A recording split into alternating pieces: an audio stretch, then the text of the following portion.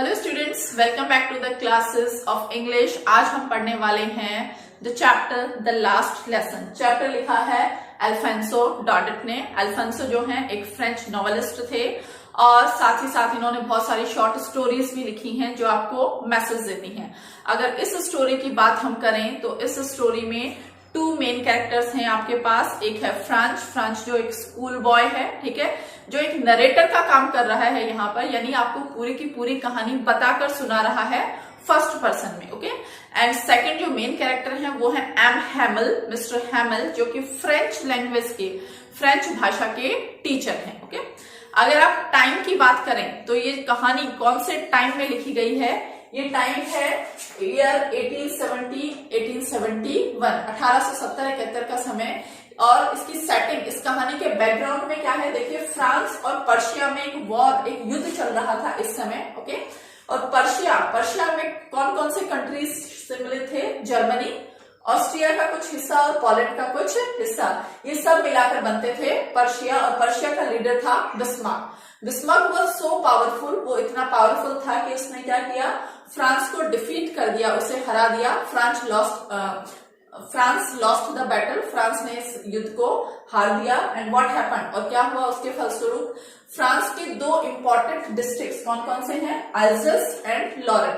ये जो दो डिस्ट्रिक्ट्स हैं ये कैप्चर कर लिए, इसको अपने अधिकार में ले लिया। किसने? बिस्मार्क ने। ओके, और जैसे ही ये दो डिस्ट्रिक्ट बिस्मार्क के अंडर गए, बिस्मार्क एक रूल लेकर आया। वो क्या रूल लेकर आया कि इन दो डिस्ट्रिक्ट्स में अभी तक कौन सी लैंग्वेज, कौन सी भाषा प्रचलित थी? फ्रेंच, क्योंकि डिस्ट्रिक्ट्स कहाँ के हैं? फ्रांस के। ओके, बट बिस्मार्क ये रूल लेकर आया कि इन दो डिस्ट्रिक्ट्स में अब जो फ्रेंच लैंग्वेज है उसे बैन कर दिया जाएगा, उसे प्रतिबंधित कर दिया जाएगा, और इसकी जगह वहां पर कौन सी लैंग्वेज पढ़ाई जाएगी? जर्मन। ओके, ये ठीक वैसा ही है जैसे कि आपको कोई कह दे कि अब आपको हिंदी नहीं पढ़नी बल्कि किसी और भाषा में पढ़ना लिखना सीखना है। दैट मीन्स लोगों को उनकी मदर टंग का यूज करने के लिए मना कर दिया गया, पूरी तरह बैन कर दिया गया। ओके, सो इसी फ्रेंच लैंग्वेज के टीचर हैं मिस्टर हैमल। ओके, मिस्टर हैमल एक स्कूल टीचर हैं, फ्रेंच पढ़ाते हैं।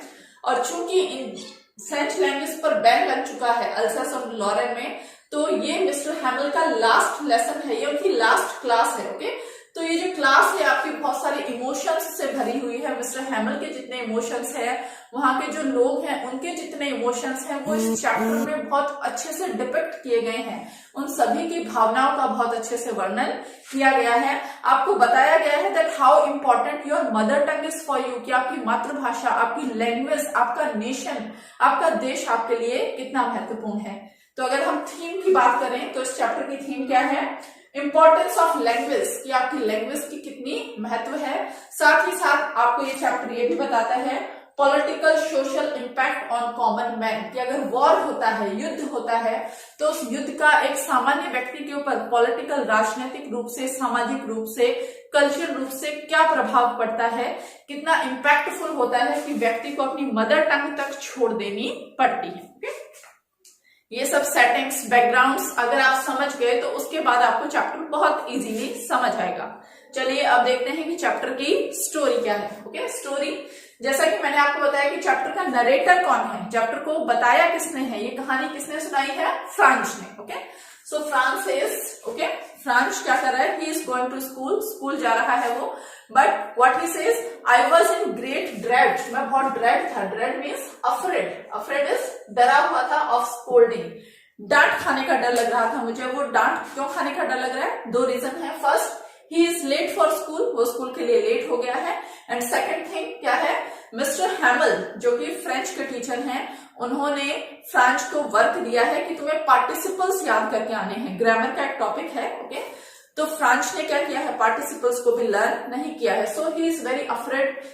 एंड व्हाट हैपन्स, क्या होता है, the day is very bright, दिन बहुत सुहावना है, थोड़ा गर्म है, बर्ड्स आर चर्पिंग, चिड़िया चहचहा रही हैं। और वो क्या देख रहे हैं, that soldiers are drilling soldiers, Persia के जो सोल्जर्स जो कहां पर आ चुके हैं? फ्रांस में आ चुके हैं, वो वहां पर ड्रिल कर रहे हैं। तो आउटडोर का जो दिन है इट इज वेरी अट्रैक्टिव, बहुत अट्रैक्टिव है, वो इन सब चीजों से आकर्षित हो रहा है। So he is feeling I should not go to school, मुझे स्कूल नहीं जाना चाहिए।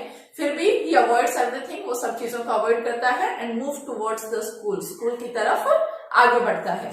And when he was going to school, जब वो स्कूल जा रहा है, on his way town hall पे से गुजरता है वो, वहां पर एक बड़ा सा बुलेटिन बोर्ड लगा है। बुलेटिन बोर्ड आप समझते हैं, ऐसा बोर्ड जहां पर किसी भी जगह की मुख्य सूचनाएं एक जगह पर लगाई जाती हैं। ओके, सो जब वो वहां से गुजरता है, he notices that there was a lot of crowd, कि जो बुलेटिन बोर्ड है वहां पर क्या है, बहुत सारी क्राउड है, बहुत सारी भीड़ है।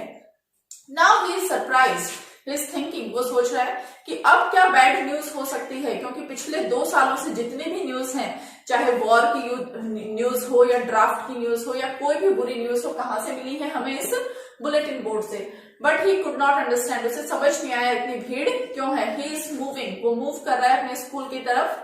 तभी एक ब्लैक स्मिथ, एक लोहार है, वॉचर नेम का, he says no need to hurry bub, कि लड़के जल्दी करने की कोई जरूरत नहीं, you will reach on time। Okay, तो उसे क्या लग रहा है कि ब्लैक स्मिथ मेरा मजाक बना रहा है कि मैं पहले ही लेट हो रहा हूं और ये मुझे कह रहा है don't go so fast. Okay, anyhow he reaches to the school, school पहुंचता है। सबसे पहले वो मिस्टर हैमल, जो फ्रेंच लैंग्वेज के टीचर हैं, उनके गार्डन के पास से गुजरता है। Mister हैमल, he is living in that school only, वो स्कूल में ही रहते हैं। Okay, so when he reaches to the school, जब वो स्कूल पहुंचता है, he gets very surprised, वो बहुत सरप्राइज हो जाता है। क्यों?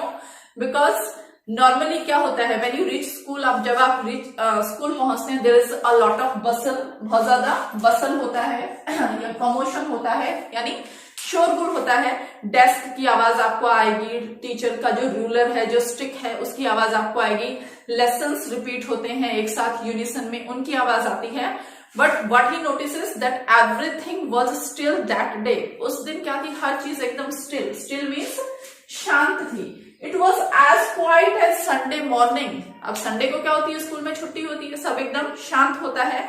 तो उसे लग रहा था कि सब कुछ इतना शांत है जितना किस दिन होता है, संडे को। So anyhow he reaches to the class, class में पहुंचता है। ही इज अफ्रेड, वो अफ्रेड है, डरा हुआ है। अशेम्ड, उसे शर्म आ रही है कि जब मिस्टर हैमल मुझे देखेंगे, ही विल स्कोल्ड मी, मुझे डांटेंगे। But he get surprise, mister Hamel उसे बिल्कुल नहीं डांटते हैं। And he says come to the class, come in, अंदर आओ। We were about to begin, हम चैप्टर शुरू ही करने वाले थे, क्लास शुरू करने वाले थे। ओके, तो पहला सरप्राइज उसे क्या मिला कि एवरीथिंग वाज स्टिल, सब शांत है। But when he reaches to the class, जैसे ही वो अपनी क्लास में पहुंचता है, ओके, जब वो मिस्टर हैमल को देखता है, ही गेट सरप्राइज अगेन, वो फिर से सरप्राइज हो जाता है। क्यों? देखिए, मिस्टर हैमल जो उसके टीचर हैं, वॉज वियरिंग, वो क्या पहने हुए थे, एक ग्रीन कोट, एक सुंदर सा ग्रीन कोट पहने हुए हैं। फ्रिल्ड शर्ट, एक शर्ट जिसपे फ्रिल्स लगी हुई हैं। ब्लैक सिल्क एम्ब्रॉयडर्ड कैप, एक सुंदर सी सिल्क की कढ़ाई वाली कैप पहने हुए हैं। That means the dress which he wears on the occasion of prize days, जो प्राइज डेज पे या स्पेशल ओकेजन पे पहनते हैं, that dress he was wearing. Okay, again when he sits, जब वो बैठता है, ही सीज अराउंड, चारों तरफ देखता है। He gets one more surprise, एक और सरप्राइज उसे मिलता है। क्या सरप्राइज था? दैट कि उसके जो लास्ट बेंचेस थे उसकी क्लास के, दे वर ऑलवेज एम्प्टी, हमेशा खाली रहते थे। बट टुडे, लेकिन आज क्या था, village people were sitting there, गांव के लोग वहां पर बैठे हुए थे। एंड क्वाइटली, सब एकदम शांत थे। अब गांव के 2-3 लोगों के नाम बताए हुए हैं, जैसे हॉजर नाम का एक व्यक्ति है, वो बैठा हुआ है, ओल्ड मैन। पोस्ट मास्टर बैठा हुआ है, मेयर जो था पहले का वो बैठा हुआ है। वो सब बैठे हैं वहां पर, एकदम क्वाइट हैं। और जो हॉजर है व्यक्ति, उसके हाथ में एक प्राइमर है, एक बुक है जिसमें ABCD का खगा 1 2 3 लिखा आता है। तो उसके हाथ में वो प्राइमर है, वो उस प्राइमर को पढ़ रहा है। So he gets very confuse कि ओ ये सब क्या हो रहा है। Okay, so after this mister हैमल begins the class, mister हैमल class को बिगिन करते हैं, स्टार्ट करते हैं। And with the beginning, starting में ही वो क्या बोलते हैं, that today is my last lesson of French language, कि आज फ्रेंच लैंग्वेज का मेरा लास्ट लेसन है। क्यों? क्योंकि जर्मनी से या बर्लिन से ऑर्डर आ चुके हैं। क्या ऑर्डर आए हैं?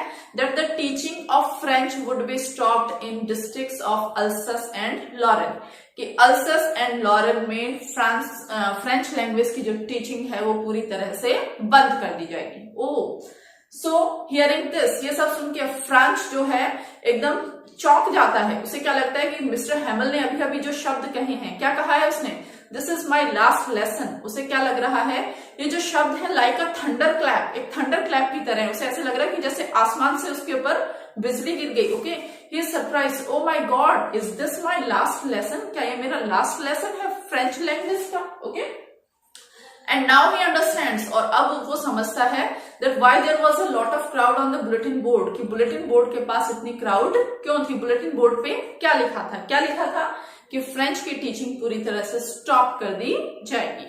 Okay, now suddenly French learns that this is my last lesson, क्या ये मेरा लास्ट लेसन है। I don't know to read और राइट, ना तो मुझे लिखना आता है ना पढ़ना आता है फ्रेंच को अच्छी तरह से। Okay, now he is sorry, अब उसे दुख हो रहा है that he has not learn his lessons, कि उसने अपने लेसन्स याद नहीं किए, बल्कि बर्ड्स के एग्स को पकड़ने में या स्लाइड करने में, झूले लेने में उसने क्या किया, अपना बहुत सारा टाइम वेस्ट कर दिया।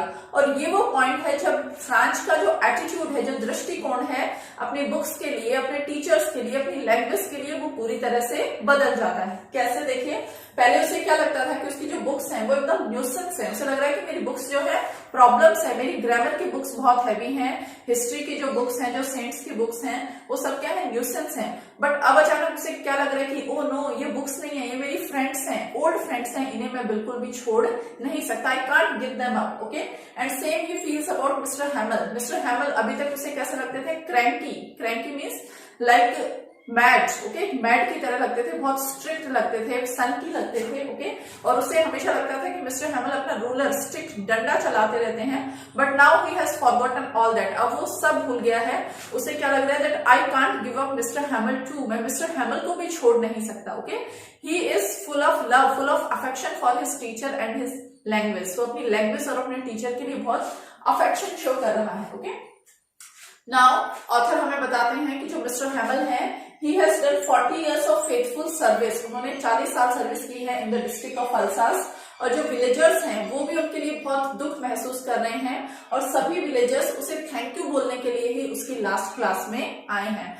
अब फ्रांस को समझ में आता है कि जो विलेजर्स हैं वो भी यहाँ पर क्यों आए हैं। ओके, और now mister हैमल he starts class, अपनी क्लास स्टार्ट करते हैं। सबसे पहले फ्रेंच को ही खड़ा करते हैं। Okay, tell me something about participles, participles के बारे में बताओ। बट फ्रेंच ने तो लेसन याद ही नहीं किया, ही कुड नॉट आंसर, वो कुछ आंसर नहीं दे सकता। At this mister हैमल tells him, mister हैमल क्या बताते हैं उसे, that this is the problem with the people of Alsace. Alsace के जो लोग हैं उनके साथ सबसे बड़ी प्रॉब्लम यही है कि हम लोग क्या करते हैं, हम लोग ये सोचते हैं we have plenty of time, हमारे पास बहुत सारा समय है। We keep on putting off our learning, हम अपनी लर्निंग को, याद करने की चीजों को पुट ऑफ करते रहते हैं, टालते रहते हैं, याद करना ही नहीं चाहते हैं। और इसीलिए today we can neither speak nor write French, ना तो हम फ्रेंच अच्छे से बोल सकते हैं ना ही लिख सकते हैं। और आज जब जर्मन के लोगों ने या पर्शिया के लोगों ने हम पे अधिकार कर लिया है, तो वो हमसे क्वेश्चन पूछ सकते हैं कि अरे तुम लोग कैसे हो, ना तो तुम्हें अपनी लैंग्वेज पढ़नी आती है और ना ही लिखनी। ओके, सो मिस्टर हैमल कहते हैं कि ये प्रॉब्लम अल्सास की है, और इस प्रॉब्लम के लिए जिम्मेदार कौन कौन है, ब्लेम किस किस के ऊपर है। तो वो बताते हैं इसका दोष किस किस के ऊपर है। सबसे पहले पेरेंट्स पर। पेरेंट्स क्या करते हैं, पेरेंट्स ये चाहते हैं कि उनके बच्चे मिल्स में काम करें, फार्म्स में काम करें, so that they could get some money, कुछ पैसा मिल जाए, इसीलिए वो बच्चों को स्कूल्स भेजना पसंद नहीं करते। सेकंड ब्लेम है टीचर्स का। मिस्टर हैमल क्या कहते हैं कि मैं एक टीचर के रूप में मैं भी क्या करता हूँ, कई बार तुम्हें अपने साथ ले जाता हूँ, फिशिंग के लिए ले जाता हूँ, या फिर कई बार तुम्हारी क्लास ही नहीं लेता। दैट इज लाइक दिस, मेरे ऊपर भी ब्लेम है।